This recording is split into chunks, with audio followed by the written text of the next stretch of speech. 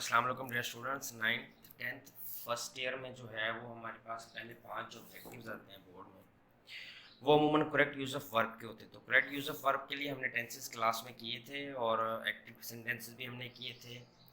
साथ में जो है हमने पैसिव सेंटेंसेस भी किए थे। तो आपने उनको तो अच्छे तरीके से याद रखना। कुछ सेंटेंसेस ऐसे होते हैं जो टेंसेस से थोड़ा सा हटकर होते हैं और उसके वर्ब्स भी जो है वो आते होते हैं। उनमें सबसे ज़्यादा जो पॉपुलर सेंटेंसेस है वो कंडीशनल है, कुछ कंडीशनल होते हैं, और बाकी की जितनी भी काइंड्स हैं वो मैं आज से वीडियो के इसमें मैं बनाकर आपके साथ शेयर करूंगा।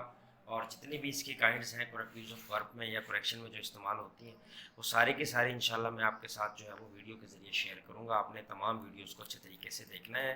और ये वीडियोस जो हैं वो ये जो टॉपिक है ये 9th 10th फर्स्ट ईयर में तकरीबन सेम है। तो तमाम क्लासेस के अंदर ये लेक्चर जो है वो बराबर जो है वो भेजा जाएगा।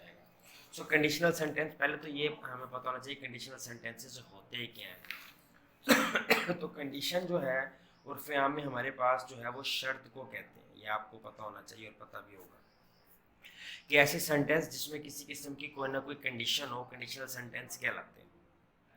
तो याद रखें कंडीशनल सेंटेंस जो होते हैं वो दो यानी कंपाउंड सेंटेंस की शक्ल में होते हैं, और उसमें जो सेंटेंस है वो दो सेंटेंस पर वो मुश्तमिल जो है वो एक कंपाउंड सेंटेंस होता है। और दोनों सेंटेंसेस को कॉमे की मदद से अलग किया गया होता है। इसमें एक जो पोर्शन होता है वो इफ वाला होता है, जबकि दूसरा पोर्शन जो होता है वो मेन। तो ये वाला जो इफ वाला पोर्शन है ये क्लास कहलाती है कंडीशनल क्लास। वो यानी पार्ट सेंटेंस का जिसमें इफ मौजूद होगा वो कंडीशनल यानी क्लास कहलाती है, जबकि कंडीशनल क्लास में जो शर्त है उसका जो रिजल्ट है वो मेन क्लास में है कि ये जो कंडीशन है ये फुलफिल होगी, उसका जो रिजल्ट होगा वो मेन क्लास में होगा। यानी कंडीशनल सेंटेंस में वो क्लास या वो पार्ट सेंटेंस का वो हिस्सा जिसमें शर्त दी गई है, कंडीशन दी गई है, वो कहलाती है कंडीशनल क्लास। जबकि वो क्लास जिसमें उस कंडीशन के फुलफिल होने या ना होने का नतीजा दिया गया उसको हम मेन क्लास या रिजल्टेंट क्लास कहते हैं। सो कंडीशन हमारे पास जिस तरह यहाँ पर है कि if he request me I will help you. तो यहाँ पर देखिए कंडीशन है, इफ़ वाले पोर्शन में कंडीशन है कि अगर वो मुझसे दरख्वास्त करता है। तो शर्त क्या है कि वो दरख्वास्त करे। अगर वो दरख्वास्त करता है तो उसका रिजल्ट क्या होगा, आई विल हेल्प हिम, मैं उसकी क्या करूँगा, मदद करूँगा। सो उसकी जो कंडीशन है उसका रिजल्ट इधर है कि अगर वो दरख्वास्त करता है तो मैं उसकी हेल्प करूँगा, अगर वो मुझसे दरख्वास्त नहीं करता तो मैं उसकी मदद नहीं करूँगा। जैसे अगर यहाँ पर होता कि if he does not request me, then ये क्या हो जाता, नेगेटिव हो जाता। तो I will not help him mean condition के फुलफिल होने का रिजल्ट भी मेन क्लास में होगा, ना होने का रिजल्ट भी मेन क्लास में होगा।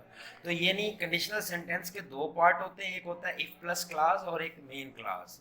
जो कंडीशनल क्लास होती है उसके जो कंडीशन है उसके फुलफिल होने ना होने का जो रिजल्ट है वो हमेशा मेन क्लास में आता होता है। तो हमने जो हमारा बोर्ड में क्वेश्चन आता है वो हमें जो है वो करेक्ट वर्ब की सूरत में देता है कि वर्ब मिस कर देता है, या तो वो हमारे पास कंडीशनल पोर्शन का वर्ब मिस कर देगा, या जो है वो हमारे पास मेन जो क्लास है उसकी जो है वो रिजल्टेंट वर्ब जो होगा उसको मिस कर देगा। हमने अब इनके अंदर जो है वो करेक्ट वर्ब जो है वो नीचे 4 ऑप्शन में से सिलेक्ट करना है।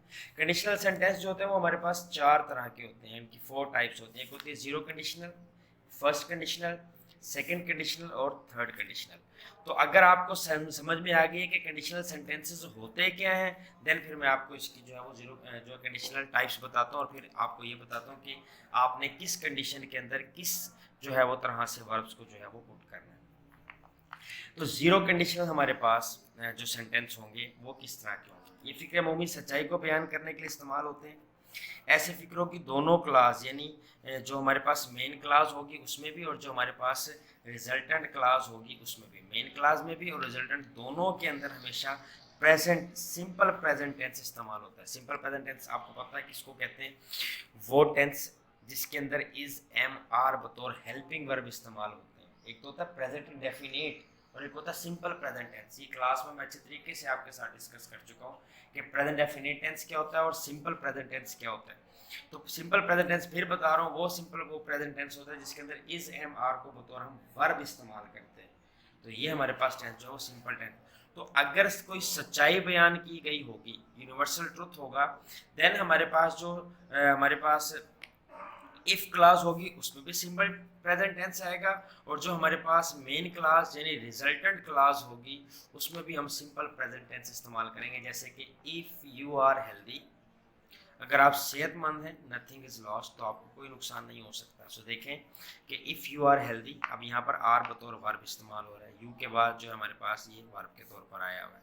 सो यहाँ पर देखें नथिंग इज लॉस्ट, तो यहाँ पर ये जो है सब्जेक्ट के बाद जो है वो वर्ब के तौर पर इज आया हुआ है। तो दोनों साइड पर हमने क्या लगाया है, प्रेजेंट टेंस लगाया है। कि अगर एक साइड पर सिंपल प्रेजेंट टेंस होगा और वो यूनिवर्सल ट्रुथ होगी कि अगर आप सेहतमंद हैं तो फिर आपको कोई नुकसान नहीं होता। नेक्स्ट देखें, इफ वी फ्रीज समथिंग, अगर हम किसी चीज़ को जो है वो फ्रीज करते हैं, जमाते हैं, तो इट डज नॉट डीके। देखिए दोनों साइड पर हमने क्या लगाया, प्रेजेंट टेंस लगाया है। क्यों कि यहाँ पर इफ वी फ्रीज समथिंग ये प्रेजेंट टेंस मौजूद है, अगर हम किसी चीज़ को जमाते हैं यानी वी के बाद फर्स्ट फॉर्म आया हुआ है तो ये ख़राब नहीं होगी। तो ये एक यूनिवर्सल ट्रुथ है, अमूमी सच्चाई है कि अगर किसी चीज़ को आप जमाते हैं, किसी चीज़ को फ्रीज करते हैं तो वो ख़राब नहीं होती। तो ये कंडीशन हमारे पास जीरो कंडीशनल है, और इफ़ जो है ये हमारे पास कंडीशनल पोर्शन है। जबकि इसका रिजल्ट ये है कि अगर हम किसी चीज़ को जमाएंगे यानी कंडीशन पूरी करेंगे तो हमारे पास रिजल्ट जो है वो उसका मेन क्लास में आ जाएगा, तो वो ख़राब नहीं होगी। अगर कंडीशन पूरी नहीं करते, फर्ज का सेंटेंस होता है if you do not freeze something, अगर हम किसी चीज़ को नहीं जमाते तो वो ख़राब हो जाएगी। तो इट स्पॉइल्स, ये इसका सेंटेंस बनेगा कि if we do not freeze something it spoils. दोनों साइड पर क्या आ जाएगा, सेंटेंस सिंपल प्रेजेंट का होगा। उसके बाद हमारे पास आ जाती है फर्स्ट कंडीशनल। अब फर्स्ट कंडीशनल क्या है, ये फिक्र किसी ऐसी शर्त के लिए इस्तेमाल होता है जिसको हम मुमकिन ख्याल करते हैं, यानी इसके अंदर जो शर्त है वो पूरी हो भी सकती है और नहीं भी हो सकती, लेकिन ऐसा नहीं है कि ये शर्त मुमकिन ना हो, यानी इसकी शर्त को पूरा करना आसान होता है। तो ये इसमें जो एक पोर्शन होगा वो इफ़ क्लास होगा, दूसरा जो है वो मेन, यानी इफ़ क्लास के अंदर कंडीशन होगी जबकि मेन क्लास के अंदर उसका रिजल्ट होगा। दोनों साइड पर हमने टेंसेस को कैसे इस्तेमाल करना ये देखना है। कि जो इफ़ वाला पोर्शन होगा, जो बात आपने याद रखनी है वो ये है कि इफ़ वाले पोर्शन में हमेशा प्रेजेंट इंडेफिनिट सेंटेंस आएगा, जबकि मेन क्लास जिसमें इस कंडीशन के फुलफिल होने का रिजल्ट होगा उसमें हम फ्यूचर सिंपल टेंस इस्तेमाल करेंगे। उसमें हम क्या इस्तेमाल करेंगे, फ्यूचर सिंपल टेंस। ये मेरी बात आपने जो है वो याद रखनी है कि अगर हमारे पास इफ़ वाले पोर्शन में प्रेजेंट टेंस होगा, साथ वो कंडीशन हमारे माइंड में मुमकिन मुकम्मल यानी मुमकिन होगी कि हम इसको फुलफिल कर सकते हैं, देन जो हमारे पास मेन क्लास होगी उसमें हम सिंपल फ्यूचर टेंस इस्तेमाल करेंगे। जैसे देखें, इफ़ ही वर्क्स हार्ड, तो इफ़ ही वाला पोर्शन है हमारे पास, कंडीशन क्या दी गई है, वो वर्क करता है और कैसा वर्क करता है, hard. If he works hard, अगर वो सख्त मेहनत करता है तो उसका रिजल्ट क्या निकलेगा, he will pass the exam, वो क्या हो जाएगा, पास हो जाएगा। यानी ये कंडीशन फुलफिल करना मुमकिन है और वो ये मुमकिन कर सकता है, और अगर वो ये करेगा तो देन रिजल्ट क्या निकलेगा, he will pass the exam. तो देखें विल पास ये प्रेजेंट टेंस आ गया, मीन प्रेजेंट में कोई कंडीशन फुलफिल करेगा तो फ्यूचर में उसका जो है वो रिजल्ट बनेगा। तो आपके सामने वो वर्क कैसे दे सकता है, वो ऐसे दे सकता है if he dash hard he will pass the exam. इस सेंटेंस को पूरा दे देगा, इसमें से वर्क को मिस कर देगा।